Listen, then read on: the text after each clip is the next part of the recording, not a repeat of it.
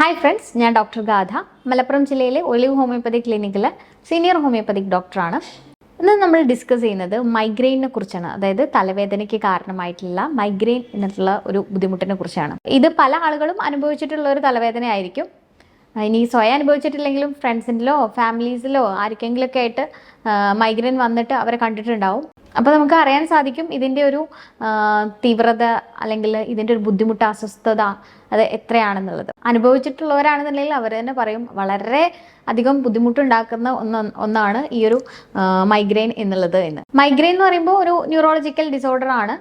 ഈ ഒരു തലവേദന ഒരു സൈഡിലായിട്ട് വന്നിട്ട് നമുക്കിത് മാസത്തിൽ ഒരു പ്രാവശ്യമോ അല്ലെങ്കിൽ മാസത്തിൽ 2 പ്രാവശ്യമോ ആഴ്ചയിൽ 1 പ്രാവശ്യം അങ്ങനെ ഇടയ്ക്കിടയ്ക്കായിട്ട് വന്ന് പോവുക. ഇത് വരുമ്പോൾ ഒരു 4 മണിക്കൂർ ടു ഒരു 72 മണിക്കൂർ വരെ ചില ആളുകളിൽ നിൽക്കാറുണ്ട്.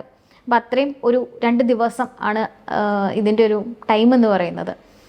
ചില ആളുകൾക്ക് അത്ര ഉണ്ടാവണമെന്നില്ല. ഇതിൻ്റെ കൂടെ തന്നെ വളരെ അസ്വസ്ഥതയായിരിക്കും അവർക്ക് ഉണ്ടാവുന്നത്. അതായത് ഒന്നിലേക്ക് ഫോക്കസ് ചെയ്യാൻ പറ്റില്ല. അവരുടെ ഒരു ഡെയിലി ലൈഫിനെ തന്നെ ബാധിക്കുന്ന ഒരു രീതിയിൽ മൈഗ്രെയിൻ ഉണ്ടാവാറുണ്ട്. ഇതിൻ്റെ ലക്ഷണങ്ങൾ എന്ന് പറയുമ്പോൾ ഞാൻ നേരത്തെ പറഞ്ഞ പോലെ തീവ്രത കുറഞ്ഞത് മുതൽ അതിതീവ്രമായിട്ടുള്ള തലവേദന വരെ ഉണ്ടാവാറുണ്ട്. അത് 1 സൈഡഡ് ആയിട്ട് വരും. പിന്നെ അതിൻ്റെ കൂടെ തന്നെ കണ്ണിൽ മങ്ങൽ വരിക, സംസാരിക്കാൻ പറ്റാണ്ടിരിക്കുക, ഒരു സൗണ്ടോ അല്ലെങ്കിൽ ലൈറ്റോ പറ്റില്ല, ഭയങ്കരമായിട്ടുള്ള ദേഷ്യം വരിക, ഭയങ്കര മൂഡ് സ്വിങ്സ് ഒക്കെ ആയിരിക്കും ആ സമയത്ത്. ഒരു ഇരുട്ടുള്ള റൂമിൽ ഇരിക്കുക, അല്ലെങ്കിൽ ഇപ്പോൾ ആരെങ്കിലും എന്തെങ്കിലും ചെന്ന് ചോദിക്കുമ്പോഴേക്കും അവർക്ക് ദേഷ്യമായിരിക്കും. അതൊന്നും ഇഷ്ടപ്പെടില്ല. പല പേഷ്യൻസ് വന്ന് പറയാറോ തന്നെയാണ്, തലവേദന ഉണ്ടെങ്കിൽ പിന്നെ ആരും തലവേദന ഇപ്പോൾ വൈഫിനാണ് തലവേദന എന്നുണ്ടെങ്കിൽ ഹസ്ബൻഡ് വന്ന് പറയും അപ്പം തലവേദനയാണെന്നുണ്ടെങ്കിൽ പിന്നെ ആരും ആ സൈഡിക്കേ പോവില്ല, ആരും അവരുടെ റൂമിലേക്കേ കയറില്ല, എന്നിട്ട് പിന്നെ 2 ദിവസം കഴിഞ്ഞിട്ടേ ശരിയാവുള്ളൂ എന്നുള്ള രീതിയിലാണ് പറയാറുള്ളത്. അപ്പോൾ നമുക്ക് അതിൻ്റെ ഒരു കാഠിന്യം എത്രത്തോളം ഉണ്ടെന്ന് അറിയാൻ സാധിക്കും. അതോടൊപ്പം തന്നെ ഛർദ്ദിക്കാൻ വരിക, കണ്ണിനുള്ള ബുദ്ധിമുട്ടും, ഒന്നിലേക്ക് ഒരു കോൺസെൻട്രേഷൻ അവർക്ക് സാധിക്കില്ല. പക്ഷേ ഛർദി ഒന്ന് ഛർദ്ദിച്ചു കഴിഞ്ഞാൽ അല്ലെങ്കിൽ ഒന്ന് ഉറങ്ങിക്കഴിഞ്ഞാൽ കുറേയൊക്കെ റെഡി ആവുന്ന പോലെ തോന്നാറുണ്ട്, കുറച്ച് ബെറ്റർ ആയിട്ടുള്ള പോലെ തോന്നാറുണ്ട് എന്ന് പലരും ഒന്ന് പറയാറുണ്ട്. അപ്പോൾ ഇതിൻ്റെ കാരണങ്ങൾ ഇനി എന്താണെന്ന് നോക്കാം. കാരണങ്ങളിൽ പാരമ്പര്യമായിട്ടുള്ള ഒരു ഘടകം കാണാറുണ്ട്. അത് അച്ഛനും അമ്മയ്ക്കും ഉണ്ടെങ്കിൽ മക്കൾക്ക് ഉണ്ടാവാനുള്ള ഒരു ടെൻഡൻസി വളരെയധികം കൂടുതലാണ്. മറ്റൊന്നാണ് ഹോർമോൺസിൽ വരുന്ന വ്യതിയാനങ്ങൾ. അതായത് പൊതുവേ സ്ത്രീകളിലാണ് കൂടുതലായിട്ട് മൈഗ്രെയിൻ്റെ ഒരു ട്രിഗറിങ് കാണാറുള്ളത്. അപ്പോൾ അത് അവരുടെ ഇപ്പോൾ ഹോർമോൺസിൽ ചേഞ്ചസ് വരാം. ഇത് ആർത്തവ ആരംഭം മുതൽ മെനോപോസൽ ആ ഒരു ടൈമിലേക്ക് ആയിരിക്കും, ആ ഒരു പീരീഡിലായിരിക്കും അവർക്ക് ഏറ്റവും കൂടുതൽ ബുദ്ധിമുട്ട് തുടങ്ങുന്നത്. അതായത് ഹോർമോൺസിൽ വരുന്ന വ്യതിയാനങ്ങൾ റിലേറ്റഡ് ആണ്. പിന്നെ നമുക്ക് എന്തെങ്കിലും ദഹന സംബന്ധമായിട്ടുള്ള ബുദ്ധിമുട്ടുകൾ വരുമ്പോൾ അതായത് ആസിഡിറ്റി ഒക്കെ കൂടുന്ന ആ ടൈമിലും മൈഗ്രെയിൻ ട്രിഗർ ചെയ്യാറുണ്ട്. പിന്നെ എന്താണ് നമ്മളെ ന്യൂറോ ട്രാൻസ്മിറ്റേഴ്സിൽ എന്തെങ്കിലും, അതായത് ബ്രെയിനിലേക്കുള്ള ന്യൂറോ ട്രാൻസ്മിറ്റേഴ്സിന്റെ എന്തെങ്കിലും ഒരു തടസ്സം സംഭവിക്കുമ്പോഴൊക്കെ നമുക്ക് മൈഗ്രെയിൻ ആയിട്ട് ഉണ്ടാവാറുണ്ട്. പിന്നെ കുട്ടികളിൽ സാധാരണ മൈഗ്രെയിൻ്റെ ഒരു ഇഷ്യൂസ് കാണുമ്പോൾ അല്ലെങ്കിൽ തലവേദന കാണുമ്പോൾ നമ്മൾ പെട്ടെന്ന് തന്നെ കണ്ണുകൂടി ഒന്ന് ടെസ്റ്റ് ചെയ്യുന്നത് വളരെ നല്ലതായിരിക്കും. കാരണം പവറിൽ എന്തെങ്കിലും ഡിഫറൻസ് ഉണ്ടെങ്കിലും കുട്ടികളിൽ ഈ തലവേദനയായിട്ട് പ്രസന്റ് ചെയ്യാറുണ്ട്. അപ്പോൾ കുട്ടികളിലാണ് ഇങ്ങനെ ഒരു തലവേദന വരുന്നത് എന്നുണ്ടെങ്കിൽ തീർച്ചയായിട്ടും കണ്ണ് ഒന്ന് ടെസ്റ്റ് ചെയ്യേണ്ടത് വളരെ അത്യാവശ്യമാണ്. ഇനി ഈ മൈഗ്രെയിനിന് തന്നെ നമ്മൾ ഒരു 4 സ്റ്റേജസ് എന്ന് പറയും. അതായത് ഒരു പ്രൊഡ്രോമൽ പീരീഡ് എന്ന് പറയും. അതായത് അപ്പോൾ പെയിനൊന്നും ഉണ്ടാവില്ല, പക്ഷെ നമുക്ക് എന്തെങ്കിലും ഒരു ക്രേവിങ്സോ, അതായത് എന്തെങ്കിലും ഭക്ഷണം കഴിക്കാനൊക്കെ ഒരു ക്രേവിങ്ങോ അങ്ങനെയൊക്കെ ഉണ്ടാവുന്ന ഒരു പീരീഡ്, അതായത് ഒരു പ്രീ മോണിറ്ററി ഫേസ് എന്ന് പറയും. പിന്നെ അതിന് ശേഷമാണ് ഓറ ഉണ്ടാവുക. ഓറ എന്ന് പറയുമ്പം അത് പലർക്കും അനുഭവിച്ചിട്ടുള്ള ഒരു കാര്യവും. നമുക്ക് ഓറ എന്ന് പറഞ്ഞാൽ എന്താ, ഒരു പ്രഭാവലയം പോലെ. അതായത് നമുക്ക് ഈ മൈഗ്രെയിൻ വരുന്നതിൻ്റെ, ഈ തലവേദന വരുന്നതിൻ്റെ കുറച്ച് മുമ്പായിട്ട് എന്തെങ്കിലും കണ്ണിലിരുട്ട് കയറുക, തലയിൽ ഭാരം വരിക, ഒന്നിനോടും ഒരു താല്പര്യം ഇല്ലാണ്ടിരിക്കുക, അങ്ങനെ പലതരത്തിലുള്ള ഒരു ഇൻഡിഫറൻസ് അങ്ങനെ തോന്നാറുണ്ട്. അത് തലവേദന വരുന്നതിൻ്റെ കുറച്ച് മുൻപായിട്ടൊക്കെ വരാറുണ്ട്, ഓറ എന്ന് പറയും. പക്ഷെ എല്ലാവർക്കും അങ്ങനെ ഓറ ഉണ്ടായിട്ട് തലവേദന വരൂ അങ്ങനെയൊന്നുമില്ല. പക്ഷെ നമുക്ക് ആ ഒരു ഇത് കണ്ടിന്യൂസ് ആയിട്ട് മൈഗ്രെയിൻ വന്ന ആളുകൾക്ക് അത് മനസ്സിലാക്കാൻ സാധിക്കാറുണ്ട്, ഈ ഒരു ഓറ ഉണ്ടാവുന്നത്. പിന്നെ അതിനുശേഷമായിരിക്കും മൈഗ്രെയിൻ ഹെഡേക്ക് വരുന്നത്. അതായത് ഈ ഹെഡേക്ക് എന്ന് പറയുമ്പോൾ വളരെ ഒരു തുടിക്കുന്ന രീതിയിലായിരിക്കും, ഭയങ്കര ത്രോബിങ് പെയിൻ ആയിരിക്കും. അവർ പറയും, ഒരു പേഷ്യൻസ് ഇത് അനുഭവിക്കുന്നവർ പറയും ഭയങ്കര ഇടിക്കുന്ന പോലെ തോന്നും, തലയിങ്ങനെ വളരെ കുത്തുന്ന പോലെ, ചില ആളുകൾക്ക് എങ്ങനെ ചില ഹാമർ വെച്ച് കുത്തുന്ന പോലെ തോന്നും, അങ്ങനെയുള്ള രീതിയിൽ, അല്ലെങ്കിൽ സൂചി വെച്ച് കുത്തുന്ന പോലെ, തുടിക്കുന്നത് പോലെ, ഇങ്ങനെ പലതരത്തിലുള്ള രീതിയിലാണ് നമ്മൾ പേഷ്യൻസ് പറയാറുള്ളത്. അപ്പോൾ അതാണ് ഒരു മൈഗ്രെയിൻ പീരീഡ്. അത് കുറച്ച് സമയം നിൽക്കും.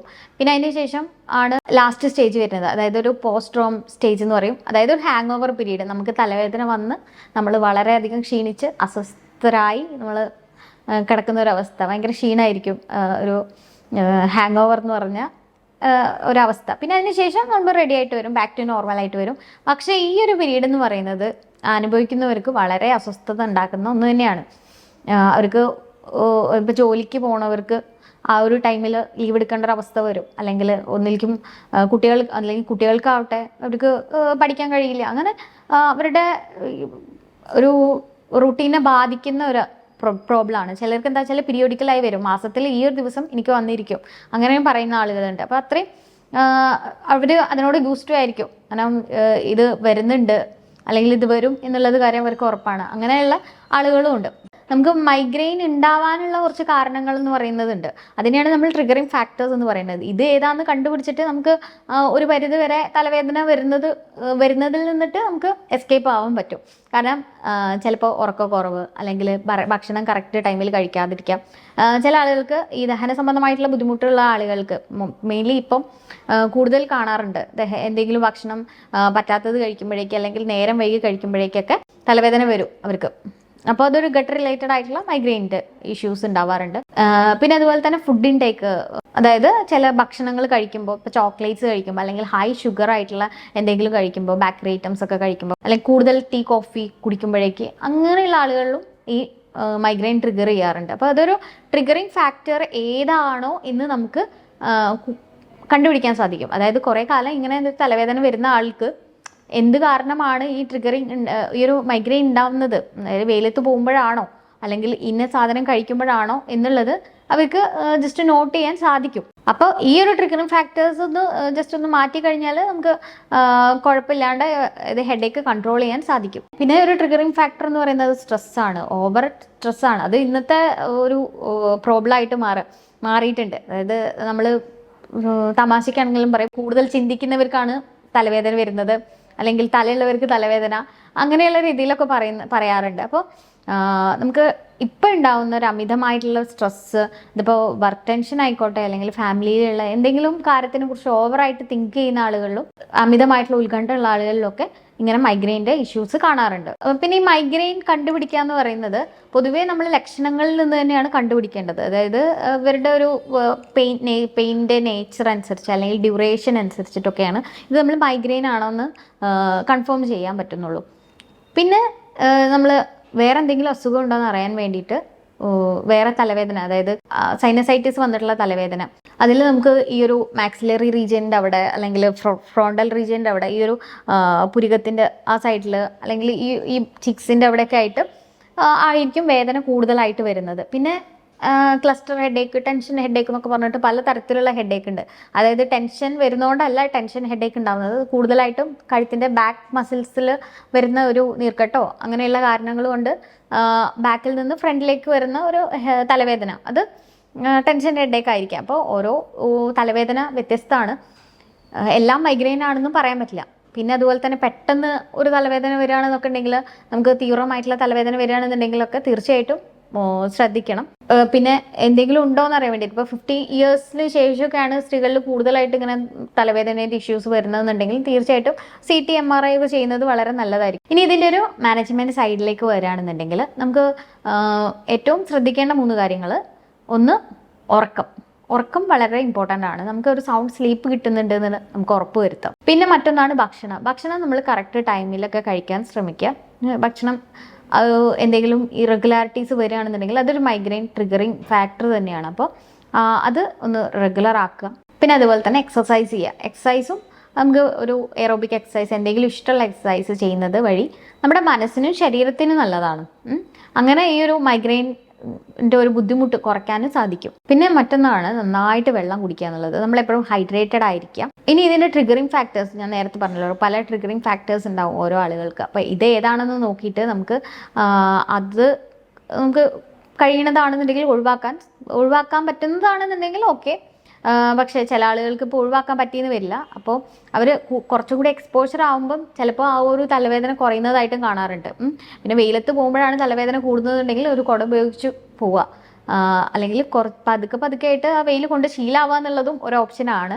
പക്ഷെ അപ്പോഴേക്കും ഈ ഒരു ബുദ്ധിമുട്ട് കൂടുന്നുണ്ടെങ്കിൽ തീർച്ചയായിട്ടും നമ്മൾ മെഡിസിൻസ് കഴിക്കുകയും വേണം. പിന്നെ മറ്റൊന്നാണ് നമ്മളെ സ്ട്രെസ് ലെവൽ എന്നുള്ളത്. സ്ട്രെസ്സ് കുറയ്ക്കുക, അതിന് വേണ്ടിയിട്ട് നമുക്ക് പല കാര്യങ്ങളും ചെയ്യാൻ സാധിക്കും. മെഡിറ്റേഷൻസ്, നമ്മൾ ഓവറായിട്ട് തിങ്കിങ്ങും ഓവർ ആയിട്ടുള്ള ആൻസൈറ്റി ഒക്കെ നമ്മളിൽ ഓരോ പ്രോബ്ലംസ് ഉണ്ടാക്കും. അപ്പോൾ നമ്മൾ നമുക്ക് വേണ്ടി തന്നെ ഒരു ഹാഫ് ആൻ അവറോ 1 hour ഒക്കെ കണ്ടുപിടിക്കണം. നമുക്ക് വേണ്ടിയിട്ട് ഒരു സമയം മാറ്റി വെക്കുകയും അതിൽ നമുക്ക് ഇഷ്ടമുള്ള എന്തെങ്കിലും കാര്യങ്ങൾ ചെയ്യുകയാണെന്നുണ്ടെങ്കിൽ നമ്മുടെ ബോഡിക്കും മൈൻഡിനും റിലാക്സേഷൻ ആയിരിക്കും. അതായത് ഒരു ഡാൻസോ പാട്ടോ അല്ലെങ്കിൽ എന്തെങ്കിലും എഴുതാനോ അങ്ങനെ കുറച്ച് സമയം നമുക്ക് വേണ്ടി കണ്ടെത്തുക. ലൈഫ് കുറച്ച് കോംപ്ലിക്കേറ്റഡ് ആക്കാതിരിക്കുക എന്നുള്ളതാണ് നമ്മൾ ശ്രദ്ധിക്കേണ്ട മറ്റൊരു കാര്യം. അതായത് സ്ട്രെസ് ലെവൽ കുറയ്ക്കുക. അതോടൊപ്പം തന്നെ ഞാൻ നേരത്തെ പറഞ്ഞല്ലോ ഫുഡിൻ്റെ കാര്യം. അപ്പോൾ മീൽസ് സ്കിപ്പ് ചെയ്യാണ്ട് നോക്കുക. പ്രത്യേകിച്ച് ബ്രേക്ക്ഫാസ്റ്റ് ഒന്നും സ്കിപ്പ് ചെയ്യാതെ നോക്കുക. ഇപ്പോഴത്തെ ഒരു ടെൻഡൻസിയാണ് ബ്രേക്ക്ഫാസ്റ്റ് ഒന്നും കഴിക്കാണ്ട് പോകുക എന്നുള്ളത്. അപ്പോൾ അതും മൈഗ്രെയിൻ ഉള്ള ആളുകൾക്ക് ഒരു നെഗറ്റീവ്ലി അവരെ ബാധിക്കാറുണ്ട്. അപ്പോൾ ഭക്ഷണം സ്കിപ്പ് ചെയ്യാണ്ട് നോക്കുക. പിന്നെ അതുപോലെ തന്നെ ഭക്ഷണത്തിൽ ഹെൽത്തി ആയിട്ടുള്ള ഡയറ്റ് ഫോളോ ചെയ്യുക. ചില ആളുകൾക്ക് കോഫി കുടിക്കുമ്പം മൈഗ്രെയിൻ കുറയുന്നതായിട്ട് കാണാറുണ്ട്. പക്ഷേ ചില ആളുകൾക്ക് കോഫി കുടിക്കുമ്പോഴേക്കും കൂടുന്നതായിട്ടും കാണാറുണ്ട്. അപ്പം നമ്മൾ തന്നെ ഒരു ട്രിഗറിങ് ഫാക്ടർ എന്താണെന്ന് നോട്ട് ചെയ്ത് വെക്കുന്നത് വളരെ നല്ലതായിരിക്കും. കൂടുതൽ ടൈം ലാപ്ടോപ്പിൻ്റെ മുന്നിൽ നിന്ന് ജോലി ചെയ്യുന്ന ആളുകൾ കുറേ പേരുണ്ട്. അപ്പോൾ അവർക്ക് ഇങ്ങനത്തെ ഒരു ഇഷ്യൂസ് കാണാറുണ്ട്, തലവേദനയായിട്ട് വരുന്നത്. അപ്പോൾ അവർക്ക് ചെയ്യാൻ പറ്റുന്ന ഒരു ഈസി ആയിട്ടുള്ള ടെക്നിക്ക് പറയാം. അതായത് നമുക്ക് കൂടുതൽ സമയം ലാപ്ടോപ്പിൻ്റെ മുന്നിൽ ഇരിക്കുന്ന ആൾ കുറച്ച് സമയം കണ്ണടച്ച് പിടിക്കുന്നത് നല്ലതായിരിക്കും. കുറേ സമയം ഈ ഒരു ലാപ്ടോപ്പിൻ്റെ ഫ്രണ്ടിൽ തന്നെ നോക്കുന്നതിന് പകരം കുറച്ചൊന്ന് പുറത്തേക്ക് ഇറങ്ങി ഒരു ഗ്രീനറി ഒക്കെ ആസ്വദിക്കുന്നതും കുറച്ച് നല്ലതാണ്. കണ്ണിനൊരു കുളിർമ, കണ്ണിനൊരു ഫ്രഷ്നെസ് കിട്ടാൻ വേണ്ടിയിട്ട്. പിന്നെ മറ്റൊന്നാണ്, കൂടുതൽ സമയം ഈ ഒരു ലാപ്ടോപ്പിൻ്റെ ഫ്രണ്ടിൽ ഇരിക്കുന്നവർക്ക് ചെയ്യാൻ പറ്റുന്ന ഒരു എക്സസൈസ് എന്ന് പറയാം. കഴുത്ത് പതുക്കെ ഒരു സൈഡിലേക്ക് ഹോൾഡ് ചെയ്യുക, എന്നിട്ട് ഒരു 10 seconds അതേപോലെ നിൽക്കുക. അതായത് ജസ്റ്റ് റൈറ്റിലേക്കോ ലെഫ്റ്റിലേക്കോ എങ്ങോട്ട് വേണമെങ്കിലും ആദ്യം ടേൺ ചെയ്യാം. ജസ്റ്റ് ഇതേപോലെ ഒന്ന് ടേൺ ചെയ്തിട്ട് ജസ്റ്റ് 10 seconds വെയിറ്റ് ചെയ്യാം. എന്നിട്ട് ബാക്ക് ടു നോർമൽ വരിക. എന്നിട്ട് തിരിച്ച് അതേപോലെ അടുത്ത സൈഡിലേക്ക് തിരിയുക. ജസ്റ്റ് ഒരു 10 seconds ഹോൾഡ് ചെയ്യുക, ബാക്ക് ടു നോർമൽ. ഇതൊരു ജസ്റ്റ് മസിൽ സ്ട്രെച്ചിങ് എക്സസൈസ് ആണ്. അപ്പോൾ നമുക്ക് ഈ ഒരു ഇഷ്യൂ തലവേദന ഉള്ള ആളുകൾക്ക് വളരെ എഫക്റ്റീവായിട്ട് കാണാറുണ്ട്. വളരെ സിമ്പിളുമാണ്, നമുക്ക് പെട്ടെന്ന് ചെയ്യാനും പറ്റും. ഇനി ഫുഡിൽ നമുക്ക് എന്തൊക്കെ ചെയ്യാം? ഫുഡിൽ നമുക്ക് ലൈഫ് സ്റ്റൈലിൽ ചേഞ്ചസ് വരുത്തുന്നത്, സ്മോക്കിംഗ് ആൽക്കഹോൾ ഉള്ള ആളുകളാണെന്നുണ്ടെങ്കിൽ തീർച്ചയായിട്ടും അതൊന്ന് കൺട്രോൾ ചെയ്യുന്നത് നല്ലതായിരിക്കും. അതുപോലെ തന്നെ നല്ല ഗ്രീനി ലീഫി വെജിറ്റബിൾസ് കഴിക്കുന്നത്, omega-3 ഫാറ്റി ആസിഡ്സ് അടങ്ങിയിട്ടുള്ള ഭക്ഷണങ്ങൾ, അതായത് മത്തി, അയില, ചൂര തുടങ്ങിയിട്ടുള്ള മത്സ്യങ്ങളൊക്കെ അത് കഴിക്കുന്നതും വളരെ നല്ലതാണ്. അതുപോലെ നന്നാറി ഇട്ട വെള്ളം, കരിഞ്ജീരകം ഉപയോഗിക്കാം. മഞ്ഞളും ഇഞ്ചിയും നമ്മുടെ ഡയറ്റിൽ മഞ്ഞളുടെ ഇഞ്ചിയുടെ ഒക്കെ ഒരളവ് കൂട്ടുന്നത് വളരെയധികം നല്ലതാണ്. നമുക്കൊരു ആൻറ്റി ഇൻഫ്ലമേറ്ററി പ്രോപ്പർട്ടീസ് ഉള്ളത് കാരണവും നമ്മുടെ വയറിനാണെന്നുണ്ടെങ്കിലൊക്കെ ഇത് വളരെ നല്ലതാണ്. അതുപോലെ തന്നെ ഗ്യാസ്ട്രിക് ഇഷ്യൂസ് ഉള്ള ആളുകളാണെന്നുണ്ടെങ്കിൽ തീർച്ചയായിട്ടും ഭക്ഷണത്തിലും ഒന്ന് ശ്രദ്ധിക്കുന്നത് വളരെ നല്ലതായിരിക്കും.